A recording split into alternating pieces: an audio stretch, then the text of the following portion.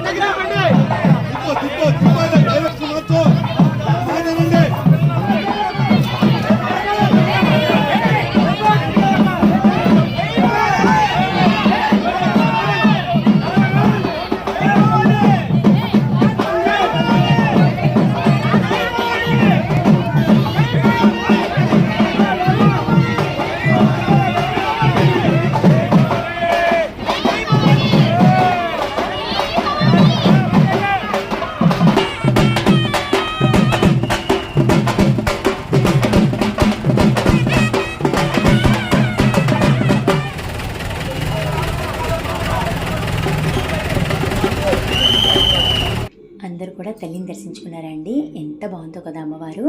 అయితే ఇది విజయవాడ కదా, కనకదుర్గమ్మ ఫేస్ ఎట్లా ఉంటుందో సేమ్ అట్లాగే ఉందండి అమ్మవారి ఫేస్ కూడా.